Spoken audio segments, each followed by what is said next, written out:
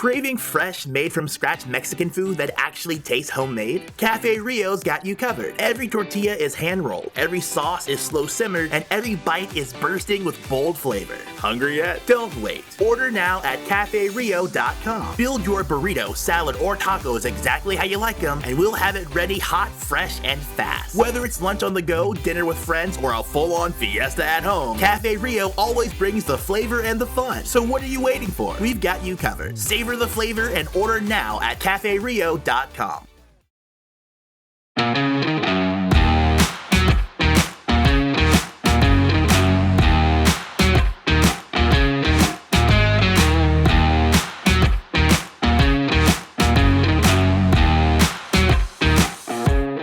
You're listening to the Utah Checkdown Podcast. And now your host, Josh Furlong.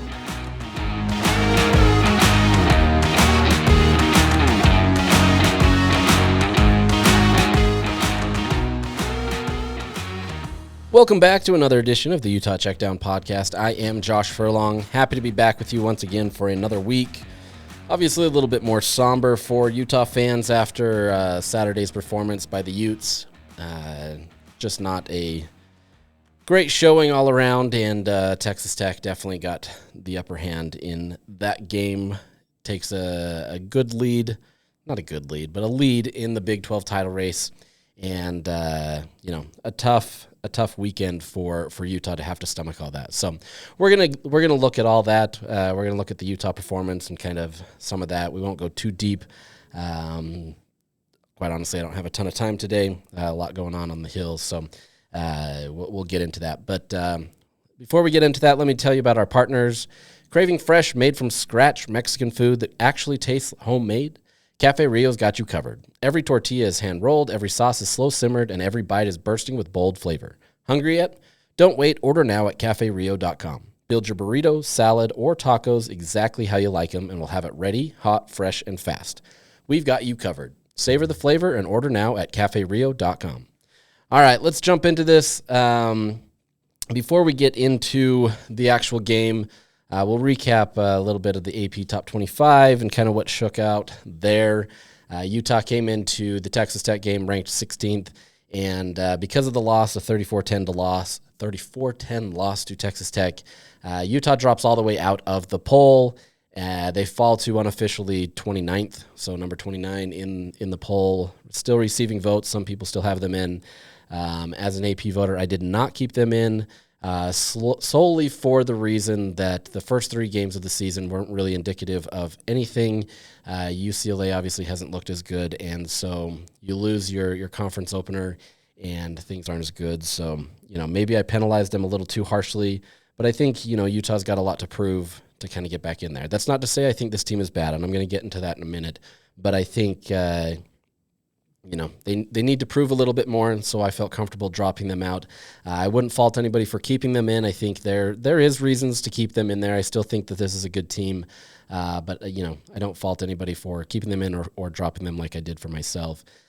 Curiously, though, Illinois, which got blown out by Indiana, even more so than Utah did, that game, Illinois is still a good team, but they got the doors blown out by Indiana, and they managed to stay in the poll at number 23. Granted, they were in the top 10, so it's a much bigger fall, but I would argue that, they have pretty similar non-conference schedules, and, they got beat worse, and so you could argue that they should be out as well. I dropped them out of mine. But that's neither here nor there. I don't think it truly matters at this time of the year. I think you've got to build into it. And, for what it is right now, despite a 3-1 record, Utah still has a lot more to prove. And we'll see what that means, see if Utah can rebound on that. But that's kind of where they fall in the top 25. BYU is ranked for the first time this season. So if you're worrying about the rivals, they are ranked. I still don't know that BYU has all the answers figured out yet.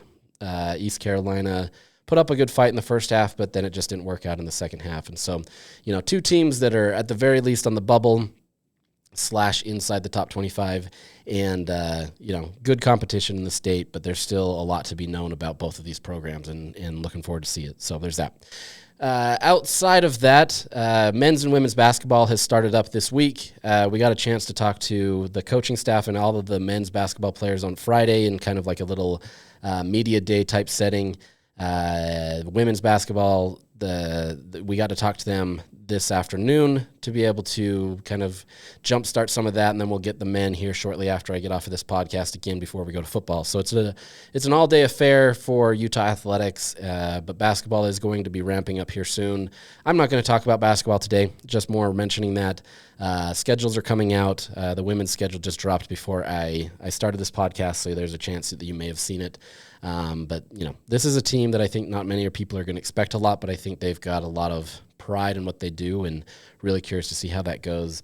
After Utah's bye week, there's a chance that we maybe dive into this a little bit more, but we're going to maintain kind of the football trajectory of this right now, and sprinkle in some of the basketball stuff or other stuff as needed. But right now, just letting you know it's all ramping up. You may start seeing some stuff, some articles written, that kind of stuff. But for the most part, we're going to stick to football. So let's just jump right in.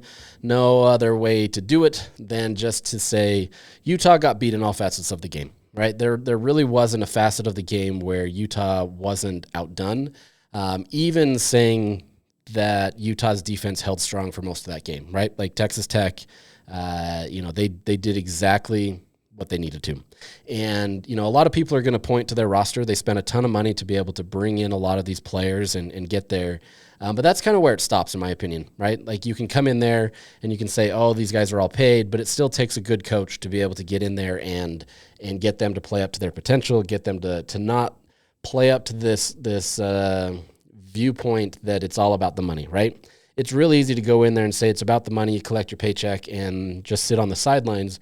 But right now, and there's going to be more adversity faced for Texas Tech, right? Like this isn't just one game that's going to foretell the entire season. It may. This may be the team to beat in the conference, but one game isn't going to determine that. But you saw a collective effort from a team that just knew who they were, right? Especially defensively. This defensive effort was so much better. Utah had their chances on offense and did better than I think. I would say the offensive line did a little bit better than many people are giving them credit for. With that said, it was just not the performance that Utah was hoping for. And there was things that were missed all around, and it just didn't live up to the expectations. And Utah lost, right? No other way to put it. You can point to the 73-yard passing play at the beginning of the game where people were upset about it being a pick play. It's not fully a pick play. And also, yes, the defender got pushed into the ref, and that kind of hurt things. You can call for the block in the back down the field, and, I wouldn't blame anybody if they called it, but I also don't know that I would either. It's one of those tough ones. You're also watching the ball, and not all the refs are watching every little aspect of that. And I know that's, not supposed to be their job. They're supposed to be watching all around, but, that's kind of the nature of it sometimes. At the end of the day, the thing that hurt Utah there wasn't the missed calls, right? And you can point them out and you can say that they're there, and maybe they are, and you've got some validity there to it. The biggest issue there was missed tackles, and that was a constant theme. Utah had 24 missed tackles in the game, just not the effort that you want to see, right? And part of that is Texas Tech being good, right? Like this isn't just like, oh, Utah sucks, they're this terrible team. It's partially, and a lot of it is Texas Tech is good, and they've got a good plan, and they were hitting on all cylinders, and everything went well for that Texas Tech team. So it's not all fully, on Utah's inefficiency to tackle. Granted, that has been kind of a constant theme a little bit this year, and so you could probably point it to that a little bit more. But at the same time, there's two sides of the ball, and Texas Tech absolutely did their part and jumps out and starts with a 7-0 lead, right? And I think from there, it felt like there was obviously a lot of momentum on Texas Tech's side. You silenced a raucous crowd who, to its credit, showed out for a 10 o'clock game. I think that was the best showing I've ever seen especially for an early game against a top team. Utah fans, they knew their assignment. They came out there. They did exactly what they needed to. And unfortunately for them, the on-field product just didn't match that, right? And I think that's the tough part. Everybody wants to point to game day or now big noon kickoff coming in and putting a spotlight on Utah and Utah not living up to that. And, you're starting to get a lot more value in that, right? Like, is Utah not able to live up to those expectations on the highest stage? Have they always been this team that if they're the underdog and nobody expects them, they do so much better? I think you're starting to get some of that, right? And you can convince me in some of these arguments. I still think it's situational, and every single one of these games that you can point to the situation and why maybe these things happened.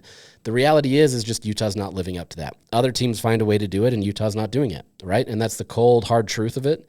And, that's a problem that Utah has to fix. If they truly want to be the elites of the world, if they want to be the top of the Big 12, and for those many people that think that Utah has a destination in the Big 10 someday, you can't be this type of team and expect to have those, right? You've got to be at the top. And a lot goes into that. It's not just one game. It's not just, one situation. It's all based on a totality of things. Unfortunately for Utah, they just haven't been able to do that the last few years in those specific settings. You can point to the USC games, right? You can point to the Oregon game at time. Obviously, there's an Oregon College game day one. But you can point to a lot of these times where they still have the target on their back and they do it.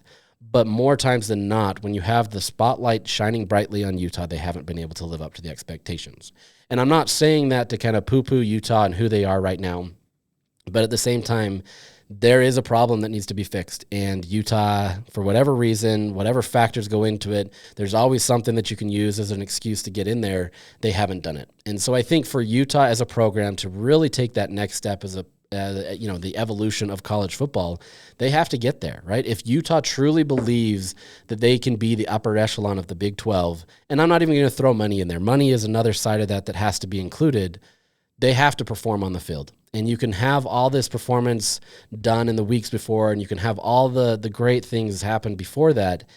But if it doesn't live up when you need to do it the most, you're no better than anybody else, right? And I think that's the thing that people take the most delight in with this Utah team is, you come from the Pac-12 where you were in the championship game 4 out of 5 years.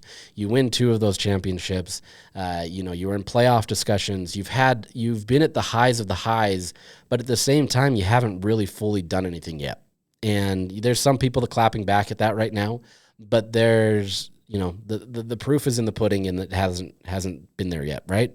And I don't mean to be all doom and gloom, but I think that's where this program is. If you really truly want to take it to the next level, you've got to perform at the highest level. Granted, you ran up against a Texas Tech team that has been much more highly funded than Utah. They've got a consistent plan right now, and they're playing together. You can look at their non-conference schedule and say it was dog meat, and it was. But when it came to a time to play the game where everybody's still doubting you, they lived up to the expectations. And that's kind of where you need to be. Utah has to find that next level. Is it with Kyle Whittingham? I don't know, right? Like, I'm not saying that Kyle can't get Utah to that level, but I think you can see all along this evolution of the Utah program is that there's different steps for different things, right? Urban took Utah to another level. Mac took Utah to a different level. Kyle took Utah to a different level. Are they in that next kind of lull where they need to take it to another level? And is that Morgan Scalley? Is it somebody else? I don't know. We'll find out, right? Like, I think we're getting closer to that than ever. But I think Utah has to find a way to command that kind of attention, but then live up to it. And for one game this year, it didn't. And so, look, I'm not trying to be this doom and gloom thing, and I'm not going to sit here and try to spin this into a positive thing either. There are positives to come from this, even though it may be hard to think about that. But this is not all doom and gloom, okay? It's just the reality of it. There's situations here, but, it's one game. And if this starts to continue to be a trend where Utah continues to lose games, then yeah, it's a much bigger problem. But Utah is not the same team that they were last year. They're not in the same situation as they were last year. And we're going to get into something where some people feel that they are, but it's not the same. So let's look into this a little bit more. You go into this game, the offense isn't performing well. I wrote an article about how the offense looked really vanilla. They really didn't do everything that they usually do. You go into that UCLA game where you're going to get their best, And clearly they haven't been as good as many hoped they'd be, but you're still going to get their best at that time. It's the beginning of the season. They're going to lay everything out on the line to win that game. Utah looked like the aggressive team. They looked like the team that had a plan. They looked like Texas Tech in some respects of just going in there, knowing exactly what they needed to do and getting out, right? Against Texas Tech, Utah didn't. You have a 3-and-out in the first series, and then it just kind of seemed to be this slow slog of trying to move the ball downfield, and Utah, for whatever reason, couldn't get it done. And I'll get into some of that in just a second, a big major point of that in a second. But there's, it just didn't work. There was times where it did, where suddenly, all of a sudden, Utah has this opportunity with, a little time left in the first half, 53 seconds, I believe it was, and they moved the ball so fast down the field that it worked incredibly well. And it's not like Texas Tech was in this prevent defense and it's just like they took their opportunities. This was Utah beating them at that time. And then the rest of the game, there really wasn't some of that. There was I'll say blown calls, but there was times where, Utah goes for it on fourth down in their own territory. They don't get it. Now, granted, that should have been reviewed. Everybody in the stadium saw on the play that it looked like he got the first down. Regardless, the refs didn't think so. Kyle asked to challenge it or was about to challenge it. The refs said that they'd already kind of confirmed it up there, so there's no point to challenge it. Regardless, okay, you've got that. You then also have, all these other situations where Utah gets the ball into Texas Tech territory, and then they decide to punt, and the punt goes like 27 yards. At that point, you should have had a better chance of just going for it, right? There's things like that where the play calling was left much to be desired, right? There wasn't a lot there. There wasn't the same aggressiveness that we've seen from Utah this year where they went in there hoping to win the game. Instead, it felt like Utah was just trying to maintain, trying to be conservative, trying to be vanilla, trying to make sure that they can do whatever they could to not get beat. And the problem with playing that way is you do get beat.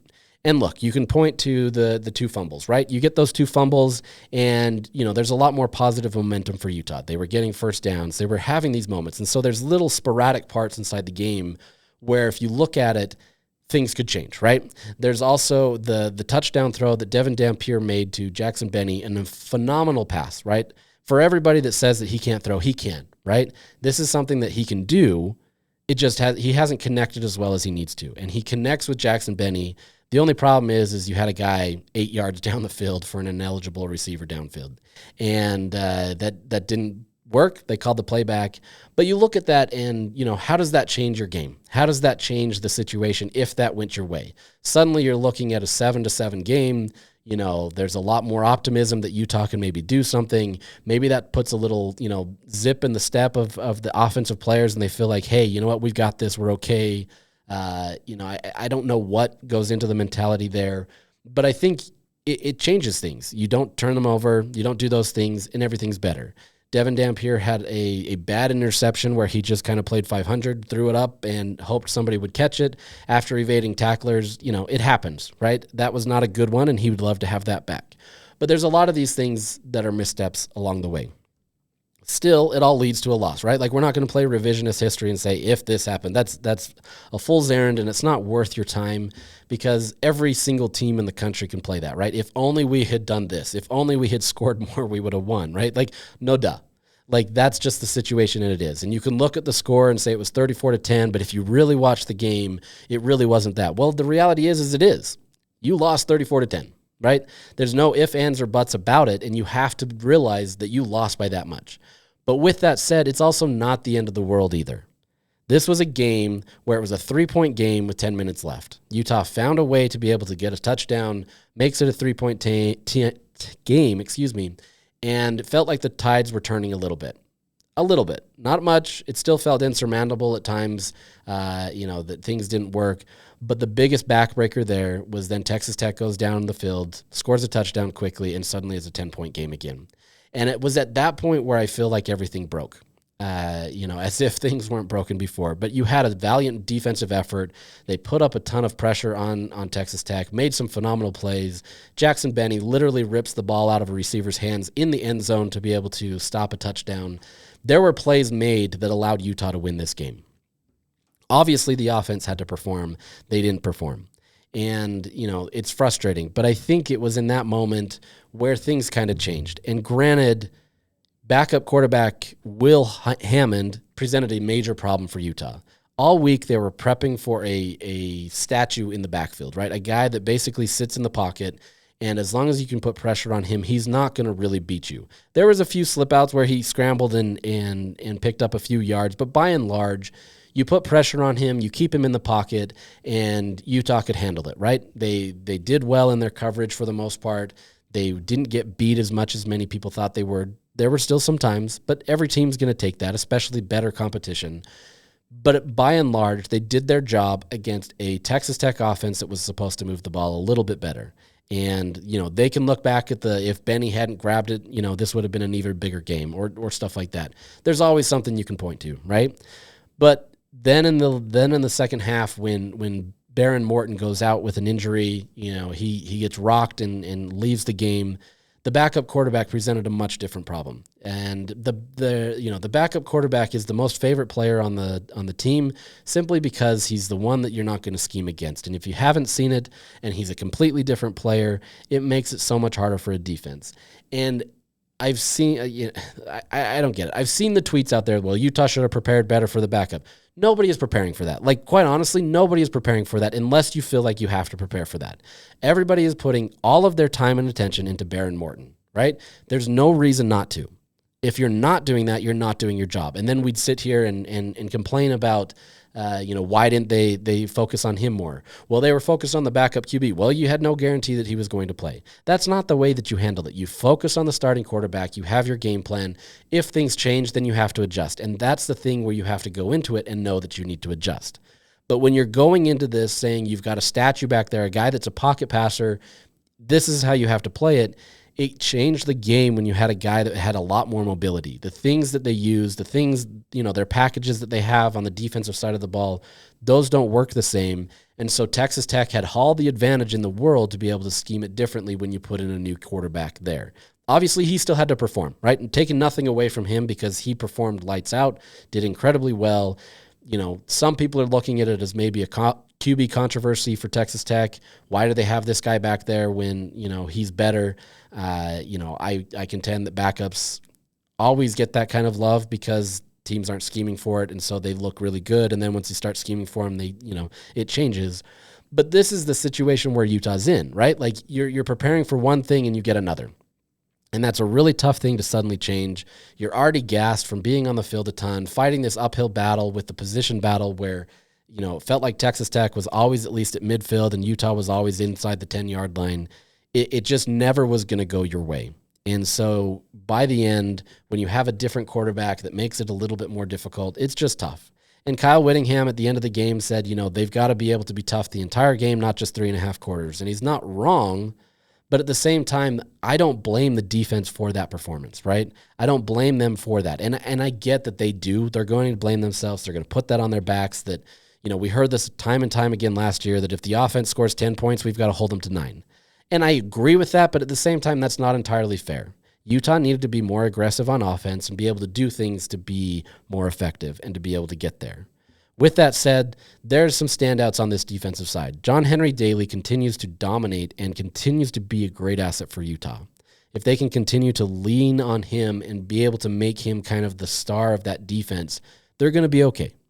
Most teams aren't going to be like this, right? Texas Tech is loaded up. They've done a really good job. Some are going to have better offenses than Texas Tech.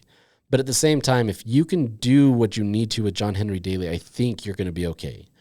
Jackson Benny also is a star that's emerging on the defensive side of the ball. The guy has been a great asset. He gets beat at times, right? There's still things that he has to learn as he's kind of acclimating to being a full-time player. But you're finding him just have an instinct to get the ball. That interception in the end zone was probably the most heads-up play and most phenomenal play that you can see from a guy like that. He just has a knack for the ball and lives up to the entire time or the entire mantra that they have there of ball hawks, right? He just does exactly what he needs to. You also saw on the offensive side of the ball what kind of a threat he can be if you can get him the ball. The problem is you need to get him the ball more. So we'll see. Kudos to Nate Ritchie also, though, because there was a lot of talk going into this game that, the time has passed him by. He's not the great player that he used to be. He's missing a ton of tackles. And I would say that he had a standout performance and did really well. If I remember right, he led the team in tackles. I don't have that stat right there in front of me. But, had a much better day than I think many people were expecting. So don't want to get too deep in that, but I think he did really well to be able to make it work. So, by and large, this defense did their job. It's a 3-point game. Obviously, things kind of spiraled from there with a different quarterback, and things are tough. But there's not much you can do. It's 1 week. It's one game. It's not like this changes the entire nature of this team. Utah absolutely still has everything on the table. The real question is, how do you bounce back from this? Do you drop your heads, go into a difficult West Virginia environment where you're traveling to the East Coast and let one game become two? That's where it becomes a problem. But Kyle Whittingham said he didn't think that is the mentality of his team right now. There were some similar things last year. Also, last year was a little bit more difficult with much more injuries, a little bit more chaos in the room. This team, at least it seems like they're going to be okay. But we'll see. If this leads to a 2-loss week and you lose to West Virginia, then we've got a lot to talk about. But I would say as it stands right now, it's not the end of the world. You lost to a good team. It's not like you lost to the bottom feeders of the Big 12 or you lost to a G5 team or whatever that may have you. This is a good team, and they're expected to be in the Big 12 title game. Can Utah join them? That's the real question, right? Can you run through the rest of this conference and do what you need to and just show that it was maybe a blip on the radar? But, we'll see. And that's the best part about this is kind of seeing the resolve of this team and who they are. If you may remember, the Utah team that won their first big Pac-12 championship did not have a great start to the season. It did not go very well, and, they found a way to be able to get there. And you could argue the Pac-12 had down teams or whatever. Every conference is going to have their things. The reality is winning a championship is tough, and it's all about the resolve and the resiliency that you have to be able to get there. And so we'll see what this team has. If they have that resolve and the resiliency that I talked about, they're going to be fine. I think they still have a good offense. There's still questions, and there's still things that need to be answered, but they're going to be okay. And the defense, it's still pretty lights out. They've got some great opportunities available to them, but once again, you still have to continue to keep that the iron sharp, so to speak. So we'll see what happens. Not the end of the world, but also definitely things that you need to fix. So let's take a brief pause right here to talk about our partners at Canyon View Credit Union. At Canyon View Credit Union, it's on the house. Close a mortgage and get a free appraisal up to $600. To learn more details or apply, visit canyonviewcu.com. All right, the biggest storyline coming out of this game, and this wasn't fully realized until today, Monday, is that Devon Dampier wasn't fully healthy. Now, there was telltales along the way. If you watched the end of the Wyoming game, you could see him limping a little bit. Quarterbacks limp, right? Like players limp. It's football. That's the nature of it. You get banged up. Not really a huge concern at the time. But then there was also a tweet that showed Dampier talking to Urban Meyer, and he had a big brace on his ankle. That immediately got pulled down. Many people caught it. They saw it. There's a lot of people that looked into that. We had heard all week that there was some questions about it, but he was still available to the media. There was really no question that he was going to play, but there was questions about kind of what was going to happen because he wasn't able to play. We talked to Rob Stone of the Big Noon kickoff crew, and he mentioned, whether Utah wanted him to or not, he mentioned Dampier's health and talked about how concerned he was. He was concerned that Dampier wasn't healthy enough to be able to play in this game, and ultimately he was right. This Texas Tech team was able to just put him, I wouldn't say put him in a blender by any means, but made his life much more difficult knowing that Dampier was injured. So talking to Whittingham today in his press conference, he confirmed that Devon Dampier was in fact limited by what he was able to do in the game because of an injury that he sustained earlier.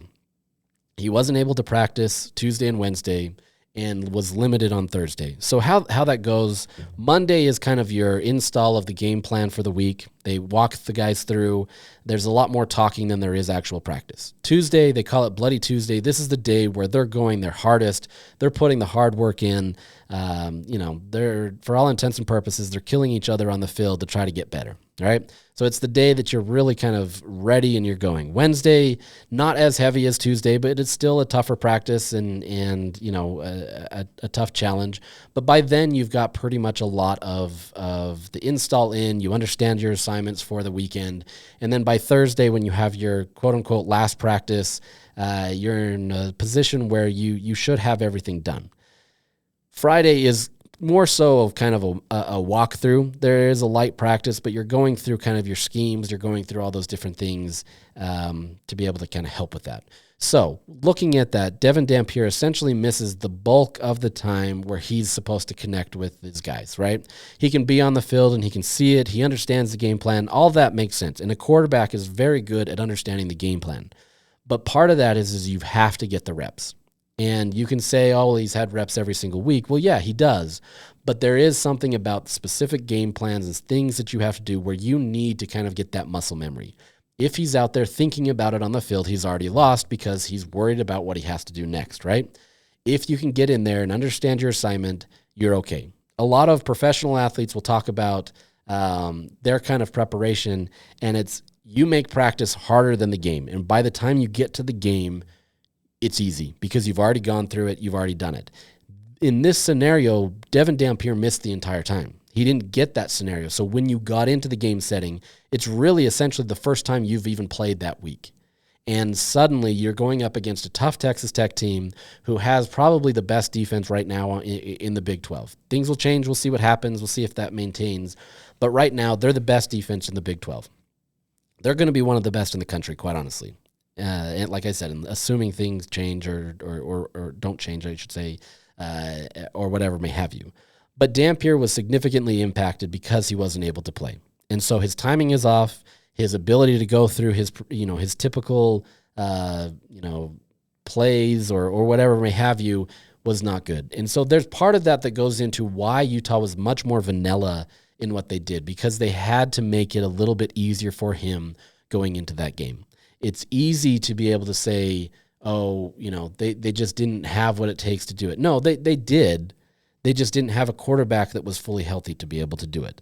And, a lot of people are going to look at that as a massive excuse. Kyle Whittingham today said, the reality is yes, it did impact him, but if you're going to play, you've got to play up to the standards that we have for you. And that's true, right? Like Kyle's the last person to use that as an excuse. It is a factor. It is something that goes into this, and anybody that dismisses that clearly doesn't understand how this is played.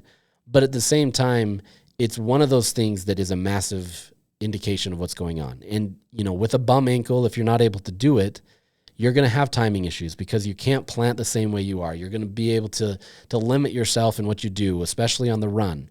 Part of that is you see the Tobias Merriweather, missed throw that he had. That can be a timing issue. That can be a missed play, different route structures. At the end of the day, Dampier missed it, right? And some of that could have been factored into because he maybe can't plant the same way. He can't use his legs the same way, and that happens. I'm not trying to excuse it, right? Like, I'm not trying to excuse this for him. But at the same time, when you're not at 100%, there's different things that you're going to do to try to make sure that you're okay. And that does limit who you are as an individual. So, a tough situation for Utah. I know people are really upset about the Devon Dampier stuff. He did not show up on an availability report this week, and you can go into you could probably write a thesis on Kyle Whittingham and injuries, and this would just add kind of the capstone to that. But Kyle Whittingham is looking at this as a true availability report. It's not looking at it in a true injury report. It's an availability report. And Devon Dampier was never doubtful to play, at least in their view, for Saturday. And so why include him on there as questionable or doubtful or probable, whatever the designation is, if you know that he's going to play? And at the end of the day, that's the letter of the law, and he's doing it. And so you can be frustrated by it. You can be upset by it. Some people will say, well, he didn't want to upset the fan base and get them worried. You can argue that, but at the same time, I don't think that that's their concern. maybe you could get a slight advantage by telling Texas Tech that he's probable or questionable and force them to prepare for somebody else. But I don't think that that's really going to change things much for them. Maybe it forces them to think a little bit more about a backup quarterback, but I don't think in this scenario it was going to change. Everybody knew that Dampier was going to play. Now, when asked if this is a long-term injury, Kyle Whittingham said, "We hope not, but it doesn't appear to be that way." That's not verbatim, though. "We hope not" is verbatim, but the rest of that is not verbatim. But he believes that it's not supposed to be. They don't discuss injuries, he said, except they did discuss injuries. It's just kind of his hard, fast rule. We don't discuss injuries unless we do. And so, we'll see. We'll see what happens with him. But he said that he's in a much better place this Monday than he was last Monday. So you have to like their chances. You have to like where it's at. Some of that could be spin by Whittingham to make it seem like they're not in a world of hurt. But if he is better, which, you have to hope that he is, then I think Utah's in an okay position, because you go into West Virginia, assuming that he doesn't get it injured more, and then you get a bye week to be able to heal more. And it's not like, ankle injuries can be really tough, right? So I don't want to say it's not like it's something that won't heal, but it's one of those that it's just more rest. And so if he can get some rest and he can get what he needs to be able to get ready for the second half of the season, I think he's going to be okay.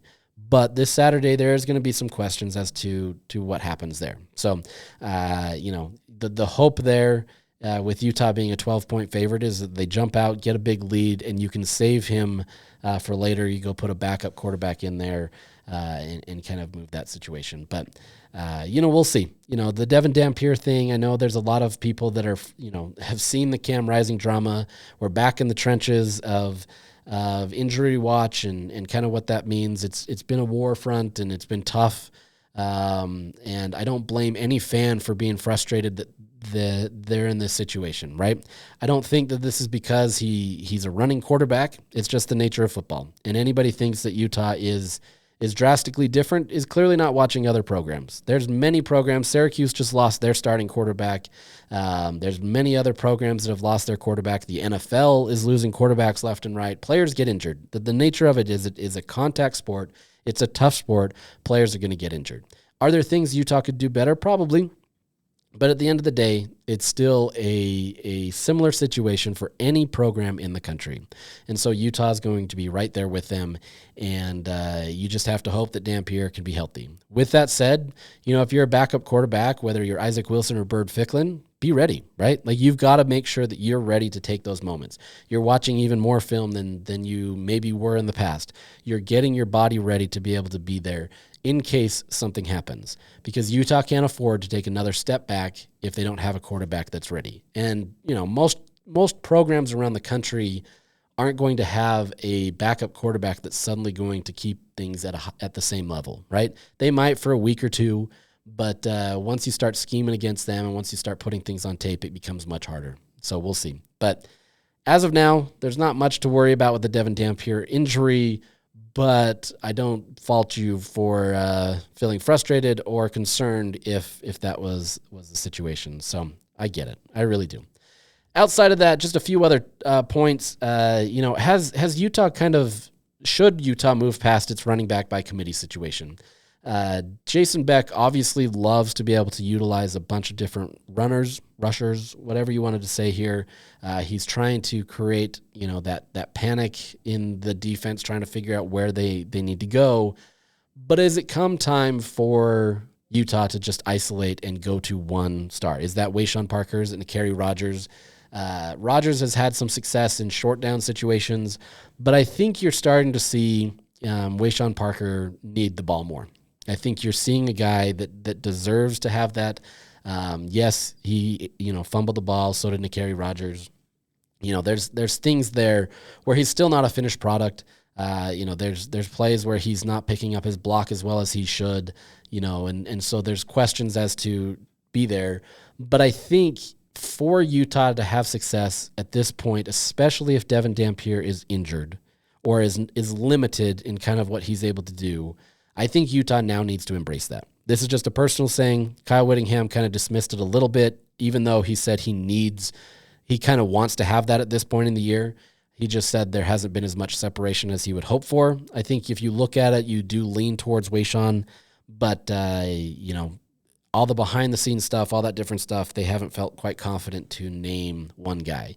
But the fact that you're only getting these guys, 6 to 8 touches every single game, that becomes a hard thing. Part of running back is getting into a rhythm and understanding, what you can do and kind of how to attack the game. What did they give you last time? How can I beat it this time? And so getting 6 to 8 touches isn't really going to help. Now, look, I'm not sitting here saying I know better than the offensive coordinator or the head coach. Like, that's not me. I'm the first guy to say that I don't. But I think you're starting to see a point where the way that this is shaping up is Utah can do a little bit more with a lead guy. And that's not to say he has to be 30 carries every game. But if you get him to 20, 25 carries a game and then sprinkle in to Kerry Rogers, I think Utah can be in a much better situation. I think this is a situation that is starting to develop, and I'm really fascinated to kind of see where this goes.